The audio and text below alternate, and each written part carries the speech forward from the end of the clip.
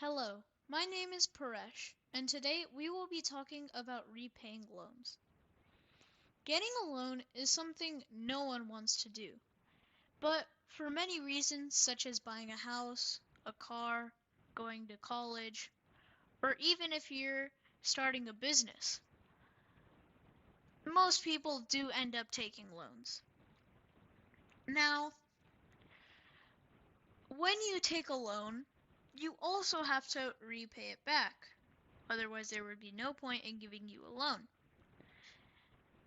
Now, when you repay a loan, you also pay it back with interest, which is basically extra money the bank earns on the time that you kept their money.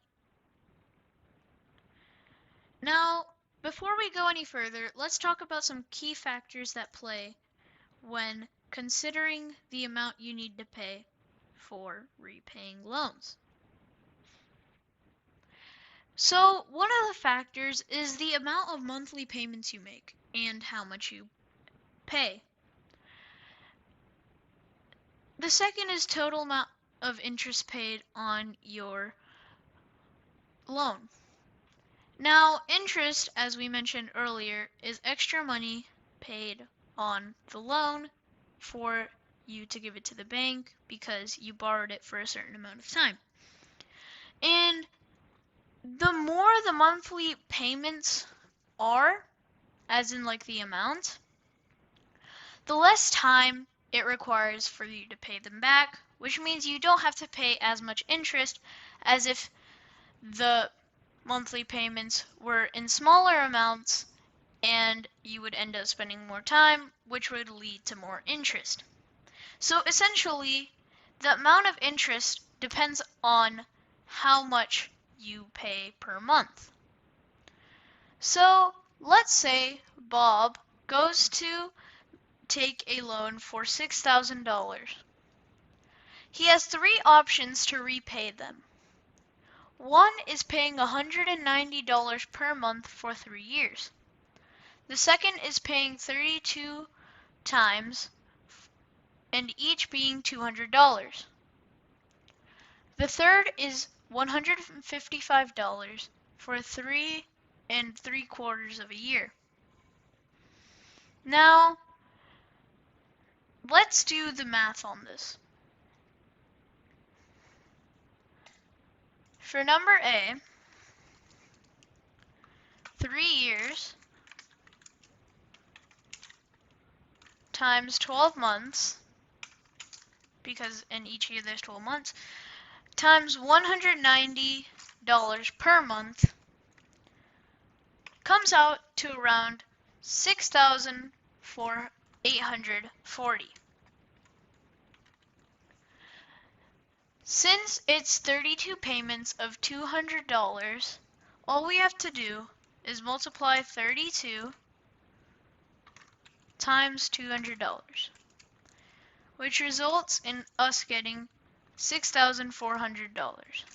And remember, all these amounts are how much he pays in the end. So for C, we had 3.75 years times 12 months times $155 per month, which equals about $6,975.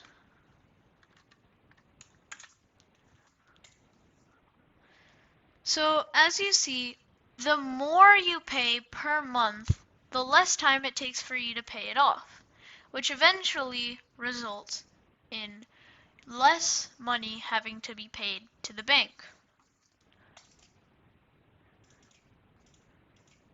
Here, he had to pay 32 times.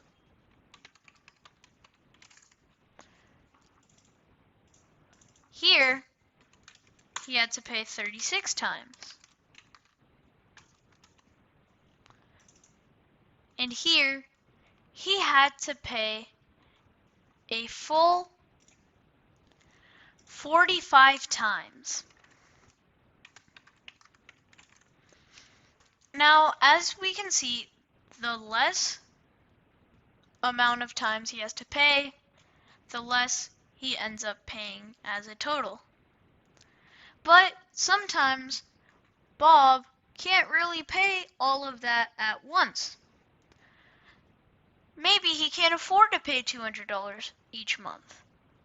Maybe not even 190. So even though it may cost more, he may have to opt in for the $3.375 of a year option because he doesn't have to pay much every year and it fits his budget, so he's perfectly fine. Today we learned about repaying loans, the considering factors of repaying those loans, and how exactly to calculate how much you would pay for a loan based on different plans. That will end our financial literacy unit for this for 7th grade. So for now, goodbye and hope to see you soon.